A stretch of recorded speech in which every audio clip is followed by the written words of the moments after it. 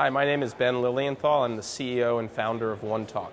OneTok is a platform to voice-enable the mobile web. This is my third startup, my third communications revolution. During the Hotmail revolution, I built a company that web-enabled existing email servers. During the Skype revolution, I built the largest conference calling over IP company in the world. If you've ever been on a GoToMeeting, you've used technology that I developed. And now during the Siri revolution, which I think is probably the most profound change in how we use computers, really in my lifetime, we're building OneTok. And OneTok is a platform for any mobile app to add an intelligent voice layer so consumers can speak to it in a natural conversational kind of way. So OneTok is a platform as a service. It's offered on a monthly subscription basis. It has embeddable libraries for the iOS, Android, BlackBerry 10, and coming soon Windows Phone operating systems. And what it is, it's really its own horizontal layer of voice interaction. So with the OneTok library embedded, any app can retrofit itself to have a voice layer.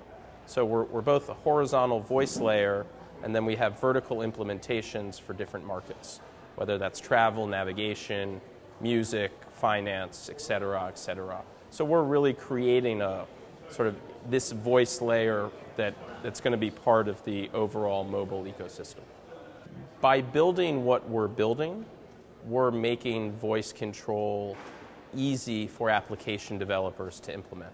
Before OneTok existed, if you wanted to implement voice control, in addition to learning how to send audio over the internet, which in and of itself is a pretty big problem, you actually had to figure out what users meant when they were saying things. So existing speech technology gives you an audio file of, oh, I think Ben said X. But as an application, for your application to be intelligent, you have to interpret what X means and give users the relevant contextual information.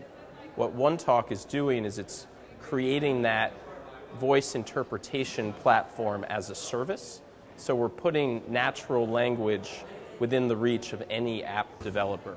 So if you sort of think of the supply and demand curve, we're creating much more supply to meet the demand. So that's a long way of saying I think you're going to see many, many, many more apps voice-enabled because it's quicker and easier to do with a platform like OneTok in the market.